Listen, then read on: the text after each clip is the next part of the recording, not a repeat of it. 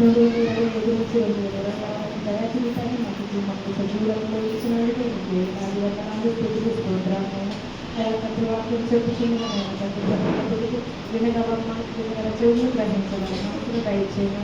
వాక్యం చెప్పుచున్న యొక్క పరిశుద్ధాత్మతో నింపండి. మీ నోటు దూరంగా వాడుతున్నాను. ప్రజావేసి మా మాటలకు ఎంతోనైనా మాట్లాడుతున్నాను. వాక్యానుసారంగా నడుచుకునే వాటిని ప్రతి ఒక్క బిడ్డను దయచేయను. వాక్యం చెప్పుచున్న ప్రతి ఒక్క బిడ్డకు మార్పు దయచేయను. ఏ అతి పరిశుద్ధ నామం బట్టి అడుగు వేడి ప్రార్థిస్తున్నాం తండ్రి. ఆమేన్.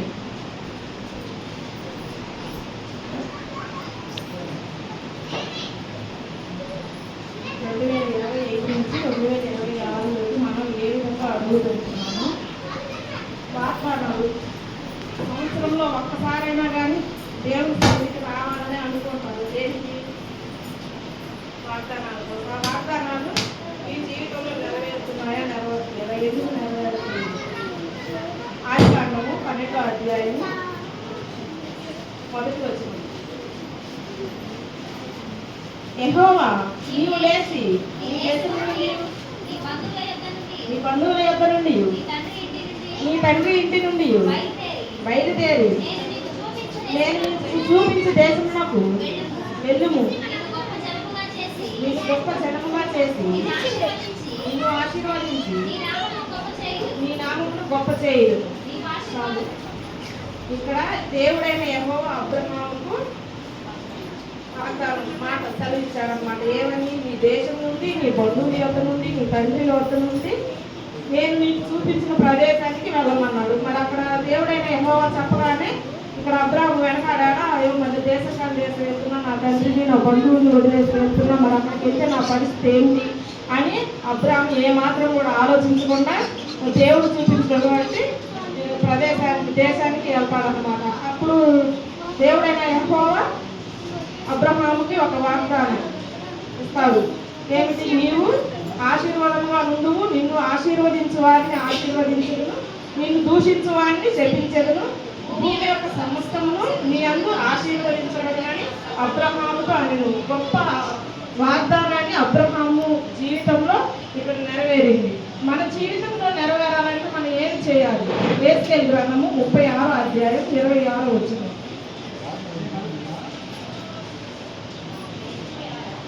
36:27. నూతన హృదయమును నీకిచ్చెదను, నూతన స్వభావమును నీకు కలుగజేసెదను, రాతి గుండెను మీలో నుండి తీసివేసి మాంసపు గుండెను మీకు ఇచ్చెదను. చాలు. ఇక్కడ దేవుడైన యెహోవా మళ్ళీ మనకు 25 నుంచి 26లోకి అడుగు పెట్టడానికి మనకు దయా కిరీటాన్ని ఇచ్చాడు. మరలా మనకి మన కొరకు మనకు ఒక అవకాశాన్ని ఇస్తున్నాడు. నూతన హృదయాన్ని మీకు ఇస్తానంటున్నాడు, నూతన స్వభావాన్ని మీకు ఇస్తానంటున్నాడు. రాతి గుండెను, 3 బారినటువంటి రాతి గుండెను మీలో నుంచి తీసివేసి మాంసపు గుండెను మీకు ఇచ్చుకున్నాడు. పత్రిక 4వ అధ్యాయము 4వ అధ్యాయము 22వ వచనం. 4వ అధ్యాయము. కావున మునుపటి ప్రవర్తనలోనైతే మోసకరమైన దురాలాపముల వలన చెడిపోవు మీ ప్రాచీన స్వభావమును వదులుకొని మీ చిత్తబుద్ధి యందు నూతన పరచబడిన వారై నీతియు యథార్థమైన భక్తి గలవారై దేవుని పోలికగా సృష్టింపబడిన నవీన స్వభావమును ధరించుకును. దేవుడు మనకి ఇక్కడ కూడా మరొక అవకాశాన్ని ఇస్తున్నాడు. 2025లో నుంచి మన మునుపటి విషయం అంటే 2025లో జరిగినటువంటి మన జీవితంలోని ఎన్నో కొరతలు ఉండొచ్చు, బాధలు ఉండొచ్చు, ఏమైనా కావచ్చు. 25లోనే అవన్నీ తీసివేసుకొని 2026 అనే దయకిరీటాన్ని మనకి ఇచ్చాడు. కాబట్టి ప్రాచీన స్వభావం అంటే గతించిపోయిన దానిని వదిలేసుకొని నూతన పరచబడిన వారు అంటే కొత్తగా జీవించాలని యేసుక్రీస్తు మనకి మరో అవకాశాన్ని ఇస్తున్నారు. కొలస్సీయులకు రాసిన పత్రిక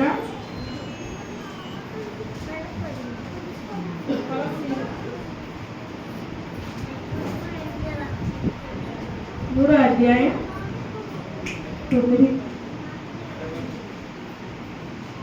ఒకరితో ఒకరు అబద్ధమాడుకుడి, ఏమి అనగా ప్రాచీన స్వభావము దాని క్రియలతో కూడా మీరు పరిత్యజించి జ్ఞానము నిమిత్తము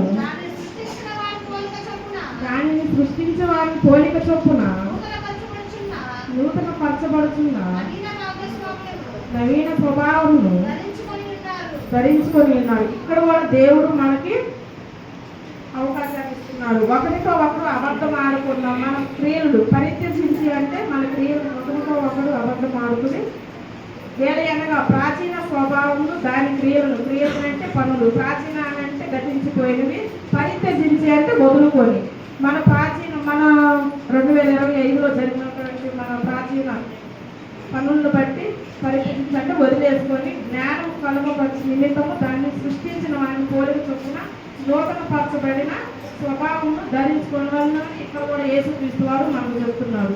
రోమపత్రిక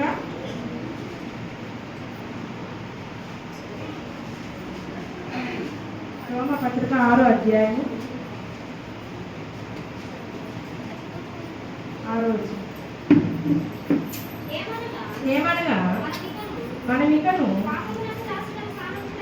పాపులకు దాసులకు కాకుండుటకు పాప శరీరము దురాత్మకు మగునట్లు మన ప్రాచీన స్వభావము ఆయనతో కూడా సిలువ వేయబడినని ఎరుగుదము. చనిపోయిన వాడు పాప విముక్తుడని తీర్పు పొంది ఉన్నాడు. మనము క్రీస్తుతో కూడా చనిపోయిన ఎడల మృతులలో నుండి లేచిన ఎడల ఇంకను చనిపోవుడని మరణములకు ఆయన మీద ప్రభుత్వం లేదని ఎరిగి ఆయనతో కూడా జీవించడమని నమ్ముతున్నాము. ఇక్కడ యేసుక్రీస్తు వారు ఈ లోకానికి ఎందుకు వచ్చాడు? మన పాపము నిమిత్తం వరకు రక్షించుకోవడం ఆత్మను వెలికి రక్షించడం వరకు వచ్చాడు.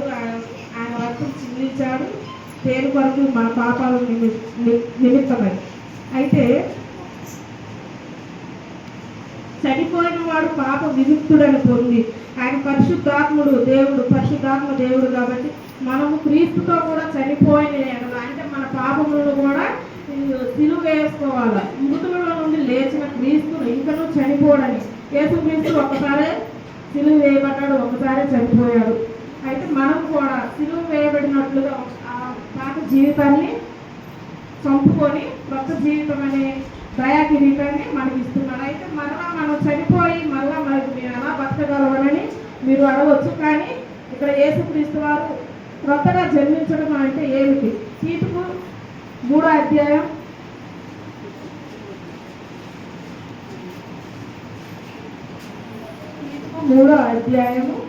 5వ వచనం. మనము నీతిని అనుసరించి చేసిన క్రియల మూలము కాగా అని కనికరము చొప్పునే పునర్జన్మ సంబంధమైన స్నానము ద్వారాను పరిశుద్ధాత్మ మనకు నూతన స్వభావం కలుగజేయుటకు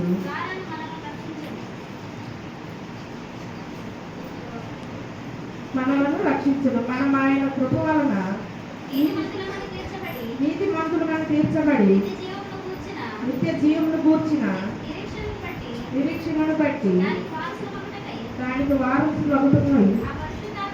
ఆ పరిశుద్ధాత్మను మన రక్షకుడైన యేసుక్రీస్తు ద్వారా ఆయన మన మీద సమృద్ధిగా కుమ్మరించింది. ఇక్కడ కొత్తగా జన్మించడం అంటే బాప్తీసం తీసుకోవాలా, నెల నెల బల్లారాధన అనేది మనం తీసుకోవాలి. 2025 నుంచి 2026లోకి మనం అడుగు పెట్టాలి అంటే మనలో ఉన్న శరీర కార్యం ఏవైతే ఉన్నాయో కలిపి పత్రిక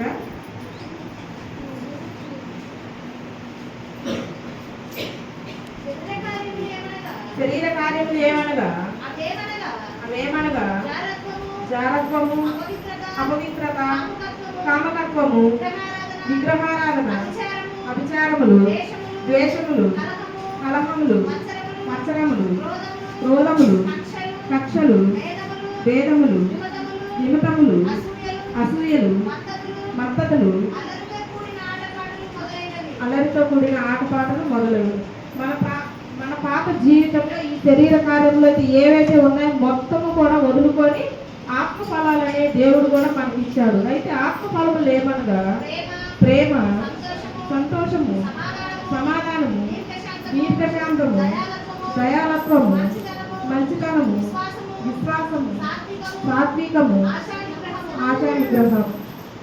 ఈ శరీర కార్యములు ఏవైతే ఉన్నాయో అన్నీ వదులుకొని ఆత్మ ఫలాలని మనము 2026లో మనం 26లోకి ఆత్మ ఫలాలతో మనం అడుగు పెట్టాలన్నమాట. మనం ఇప్పుడు ఇది ఏ కాలం?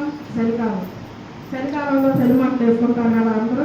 చలిమంట వేసుకునేటప్పుడు ఏమేస్తారు? మన ఇంట్లో ఉన్న పాత వస్తువులు కానీ పనికిరాని ఏవైనా కానీ ఉంటే మనం చలిమంటలో వేసుకుంటాం. మన జీవితంలో కూడా పాతవి అంటే మన మనసుకి బాధాకరమైన జీవితాలే కానీ, ఆర్థికపరమైన కానీ, శరీర కార్యాలు ఏవైతే ఉన్నాయో ఇవన్నీ కూడా వదిలేసుకొని చలిమంటలో మన పాత వస్తువులు ఎలాగైతే వేస్తామో మన మనసులో మన శరీర కార్యముల్లో ఏవైతే ఉన్నాయో అవన్నీ కూడా వదిలేసుకొని 2026లో ఆత్మ ఫలాలతో ప్రతి ఒక్కరూ కూడా ఉండాలని ఈ కొద్ది వాక్యం దేవుడు దీవించిన దాకా.